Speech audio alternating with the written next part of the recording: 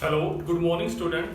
In this video we will learn about next topic of class 9th chapter tissue is classification of animal tissue.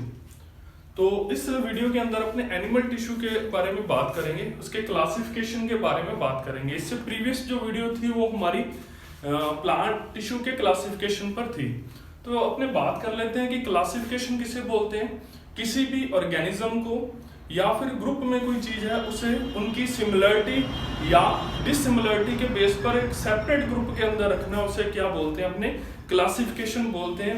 आपने school के अंदर different classes देखी होगी, तो वो classes जो है डिफरेंट, वो क्या है, उनका क्लासिफिकेशन कर रखा है। किसके बेस पर क्लासिफिकेशन कर रखा है कि सभी ने 8th मतलब 9th की बात करते हैं तो सभी ने 8th कर रखी है, 10th की बात करें तो सभी ने 9th क्लास को अचीव किया हो, जिसकी वजह से वो 10th में आए हैं। ऐसे अपने एवरेज उनकी एज जो है वो पता लगा सकते हैं कि 10th क्लास के जो स्टूडेंट होते हैं उनकी एज कितनी होती है एवरेज, या 9th के स्टूडेंट कितनी उनकी एज है 11th या 12th की। तो क्लासिफिकेशन का मतलब क्या है, एक ब्रॉड जो अपने पास कोई ग्रुप है उसके पर्टिकुलर इंडिविजुअल की स्टडी ना करके अपने क्या करते हैं, ग्रुप के अंदर स्टडी करते हैं, और वो हमारे लिए क्या हो जाता है, इजी हो जाता है, ताकि उस ग्रुप से रिलेटेड जितने भी ऑर्गेनिज्म होंगे वो उस कैटेगरी में आ जाएंगे। अपने को कोई स्पेशल इंडिविजुअल की बात यहाँ पर जरूरत नहीं है, उसके बारे में स्टडी करने की। ग्रुप में होगी तो उसमें एडजस्ट हो जाएगी, जो उस ग्रुप से रिलेटेड है वो ऑर्गेनिज्म या वो थिंग्स जो है उसमें रिलेटेड हो जाएगी। तो क्लासिफिकेशन यहाँ अपने बात करते हैं एनिमल टिश्यू की। तो एनिमल टिश्यू को अपने क्लासिफाइड करते हैं 4 कैटेगरी के अंदर। ये थोड़ा कॉम्प्लेक्स ऑर्गेनाइजेशन होता है। प्लांट में इतना ऑर्गेनाइजेशन जो था टिश्यू का उतना कॉम्प्लेक्स नहीं होता जितना एनिमल में होता है। तो एनिमल टिश्यू की बात करें तो एनिमल टिश्यू को अपने 4 कैटेगरी के अंदर क्या करते हैं, डिवाइड करते हैं, या कह सकते हैं कि एनिमल टिश्यू जो है वो कितने टाइप का होता है, 4 टाइप का होता है। सबसे पहले अपने बात करते हैं एपिथेलियल की। एपिथेलियल टिश्यू की। और सेकंड जो टिश्यू होता है उसे अपने क्या बोलते हैं, सेकंड टिश्यू है कनेक्टिव टिश्यू अपने बोल सकते हैं।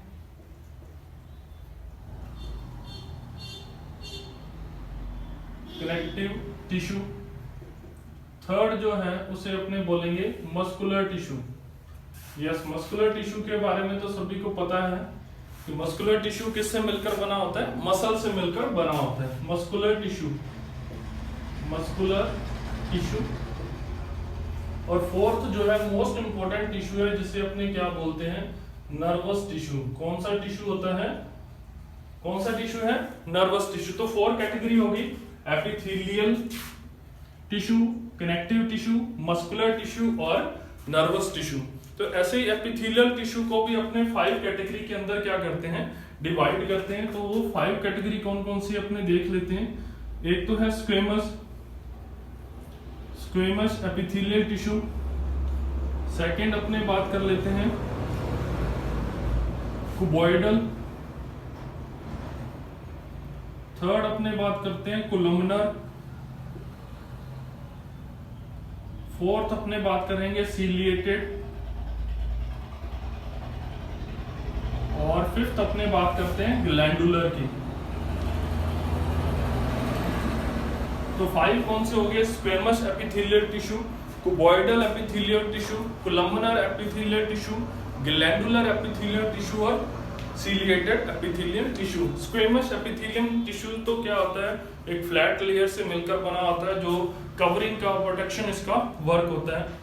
ठीक है, ये कहाँ पर प्रेजेंट होता है, हमारे माउथ की लाइनिंग, और यहाँ अपने बात करें ट्रैकिया, और उसके बाद ब्लड वेसल्स की बात करें तो वहां पर स्क्वेमस एपिथेलियल टिश्यू प्रेजेंट होता है। फ्लैट सरफेस होती है, फ्लैट स्ट्रक्चर होती है, जैसे अपने टाइल लगाते हैं, फ्लोर टाइल जो है वो फ्लैट होती है, वैसे इसकी स्ट्रक्चर होती है।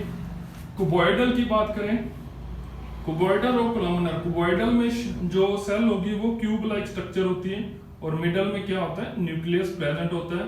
और इसकी फंक्शन की बात करें तो एब्जॉर्प्शन, सिक्रीशन इसका फंक्शन है। कोलमनर कुबॉइडल सेम होते हैं, लेकिन थोड़ा सा डिफरेंस क्या है, कोलमनर के अंदर जो सेल होती है वो कॉलम लाइक स्ट्रक्चर होती है, कॉलम लाइक स्ट्रक्चर है, पिलर लाइक स्ट्रक्चर होती है।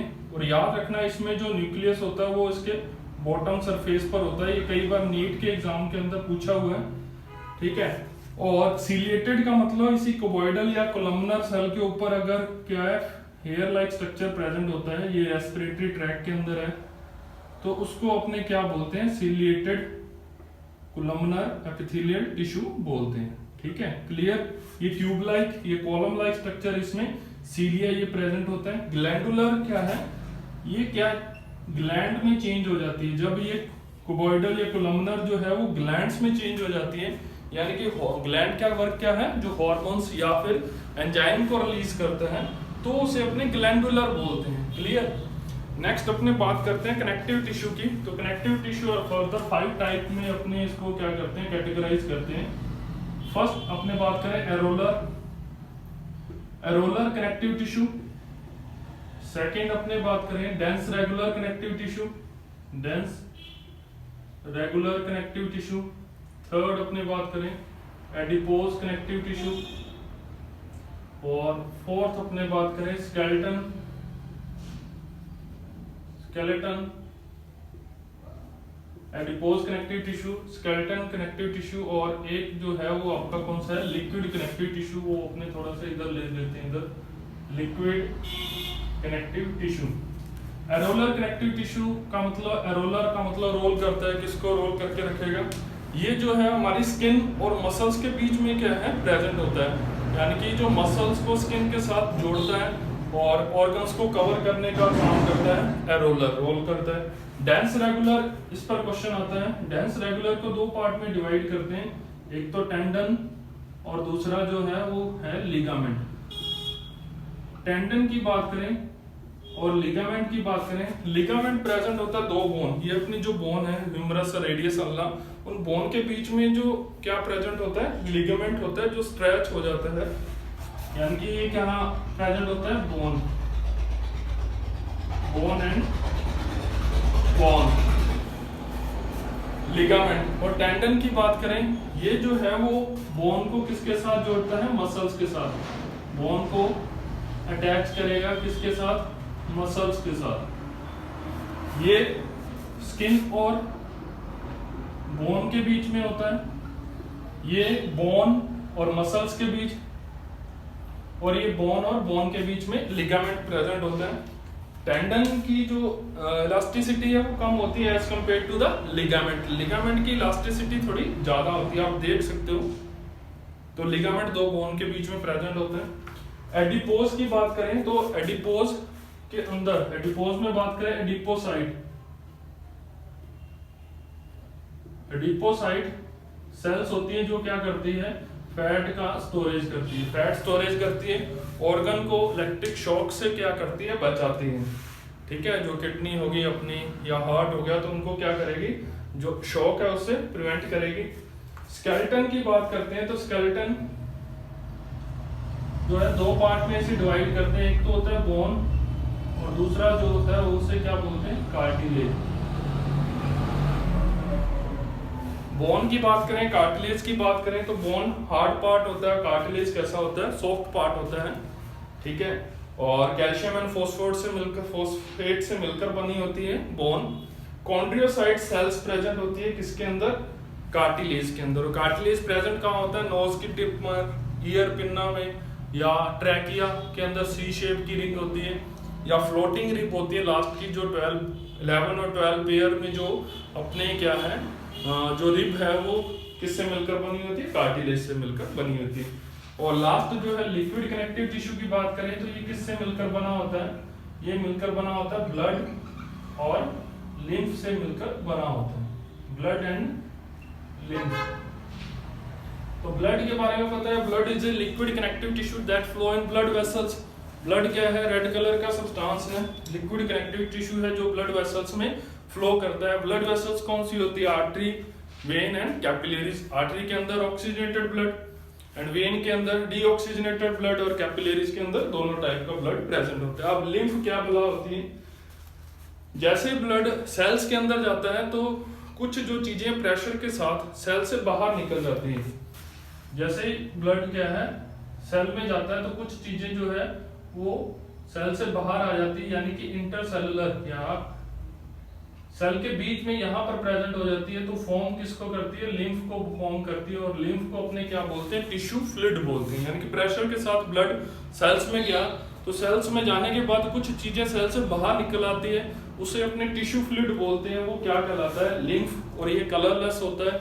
कॉम्पोजिशन की बात करें लिम्फ की, तो इसमें WBC प्रेजेंट होती है, और इसमें लार्ज जो प्रोटीन मॉलिक्यूल्स है उसका ट्रांसपोर्टेशन में लिम्फ वर्क करता है। और लिम्फ क्या करेगा, सिंगल डायरेक्शन में फूड को ट्रांसफर करेगा या लार्ज प्रोटीन मॉलिक्यूल्स को ट्रांसफर करेगा। कहां से कहां तक, टिश्यू फ्लूइड से लेकर हार्ट तक। यानी कि ये यूनि डायरेक्शन में वर्क करता है, टिश्यू के फ्लूइड से लेकर हार्ट तक ये क्या करता है, ट्रांसपोर्टेशन करता है किसका, डाइजेस्टेड फूड का या लार्ज प्रोटीन मॉलिक्यूल्स का। उसके बाद बात करते हैं अपने मसल्स की। तो 3 टाइप की मसल जो है हमारी बॉडी में प्रेजेंट होती है। एक तो होती है स्ट्रिएटेड, सेकंड जो होती है उसे बोलते हैं स्मूथ, और थर्ड उसे स्मूथ, और थर्ड जो होता है कार्डिक। तो स्ट्रेटेड की बात करें तो स्ट्रेटेड जो मसल्स है वो कहां पर प्रेजेंट होती है, हमारी बॉडी वॉल पर प्रेजेंट होती है। यानी कि जो एक्सटर्नल जो वॉल दिख रही है वो किससे मिलकर बनी होती है, स्ट्रेटेड से। इसको स्ट्रेटेड भी बोलते हैं, स्ट्रिप भी बोलते हैं, क्योंकि स्ट्रिप लाइक इसकी स्ट्रक्चर होती है, स्ट्रिप जैसी होती है, बंडल शेप में होती है। लाइट एंड डार्क इसमें बैंड प्रेजेंट होते हैं, ठीक है। और उसके अलावा ये वॉलेंट्री मसल्स हैं, यानी कि हमारी विल पावर के अकॉर्डिंग वर्क करती है। अपने हाथ की, हैंड की, लेग की मसल्स को क्या करते हैं, अपनी पावर के अकॉर्डिंग मूव करवा सकते हैं, तो वॉलेंट्री मसल्स बोलते हैं इसको अपने स्केलेटन मसल भी बोलते हैं, क्योंकि ये स्केलेटन को क्या करती है, कवर करती है स्केलेटन के ऊपर, यानी कि बोन के ऊपर प्रेजेंट होती है। तो कई सारे नेम हो गए इसके। स्ट्रिप मसल्स भी बोलते हैं इसे, वॉलेंट्री मसल्स भी बोलते हैं इसे, स्केलेटन मसल्स भी बोलते हैं। लाइट एंड डार्क बैंड इसमें प्रेजेंट होते हैं, इसलिए स्ट्रिप बोलते हैं। स्मूथ मसल्स की बात करें तो स्मूथ मसल्स हमारे ऑर्गन को क्या करती है, फॉर्म करती है, एक्सेप्ट हार्ट को छोड़कर जितने भी ऑर्गन है वो किससे मिलकर बने होते हैं, स्मूथ मसल से मिलकर बने होते हैं। और ये क्या है, लाइट एंड डार्क बैंड इसमें नहीं प्रेजेंट, इसमें क्या होती है, ये ब्रांचेस स्ट्रक्चर होती है, ठीक है। यानी कि ये कैसी होती है, ब्रांच में होती है, आप देख सकते हो इसे।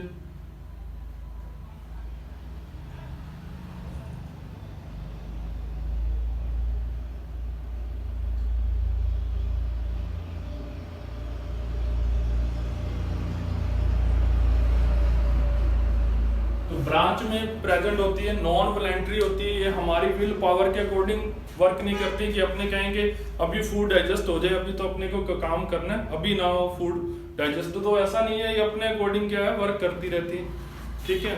थर्ड अपने बात करें कार्डिक की, तो ये किस में प्रेजेंट होती है, हार्ट के अंदर प्रेजेंट होती है। यानी कि इसमें इन दोनों के कैरेक्टरिस्टिक क्या होते हैं, प्रेजेंट होते हैं।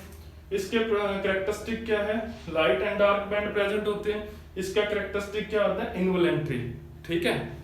इनवॉलेंट्री यानी कि ये हमारी विल पावर के अकॉर्डिंग वर्क नहीं करती। एक ऐसी मसल्स होती है ये हमारी बॉडी की जो कॉन्टिन्यूसली रिदमेटिक कंट्रैक्शन और रिलैक्सेशन होता रहता है थ्रू आउट द लाइफ, पूरी लाइफ ये क्या करती है, मूव करती है, कभी भी फटीग या थकान इसमें नहीं होती, पूरी ये चार्ज होती है। अपने बात करें तो लास्ट जो है नर्वस टिश्यू की बात करें तो नर्वस टिश्यू जो है वो किससे मिलकर बना होता है, ये बना होता है न्यूरॉन से या फिर नर्व सेल से मिलकर बना होता है। न्यूरॉन या फिर नर्व सेल से मिलकर बना होता है। नर्व सेल्स हमारी बॉडी की सबसे लंबी सेल होती है। इसकी बात करें 10 to 100 सेंटीमीटर इसकी क्या होती है, लेंथ होती है। ब्रेन की बात करें तो ब्रेन में कैरेनियल नर्व्स होती हैं जिनकी जो नंबर है 12 पेयर में होती है। स्पाइनल नर्व की बात करें तो वो 31 पेयर के अंदर होती है। स्पाइनल नर्व स्पाइनल कोड से निकलकर बॉडी के एक्सटर्नल और इंटरनल ऑर्गन में जाती है, और जो कैरेनियल नर्व होती है वो ब्रेन से राइज होकर ब्रेन में ही चली जाती है। सिग्नल का ट्रांसपोर्टेशन करती है, मतलब जो हमारे स्टिमुली हैं, स्टिमुली का मतलब चाहे देखने से रिलेटेड, चाहे टेस्ट से रिलेटेड या टच से रिलेटेड या सुनने से रिलेटेड कोई थिंग्स है, उसको अपने रिसीव कौन करता है, नर्व सेल या न्यूरॉन्स ही रिसीव करते हैं। लाइट का अपने को पता किससे लगता है, न्यूरॉन्स से पता लगता है अपने को। अपने को करंट वगैरह की जो फीलिंग, करंट लगता है तो वो अपने मैसेजेस जाते हैं, नर्व सेल से जाते हैं, कोई अपने को टच कर रहा है, बाइट कर रहा है, तो ये सिग्नल किसकी हेल्प से जाते हैं बॉडी में? नर्व सेल या न्यूरॉन्स की हेल्प से बॉडी के अंदर जाते हैं। तो ये क्लासिफिकेशन एनिमल टिश्यू का ये जो टॉपिक है वो कंप्लीट हो गया। Thank you.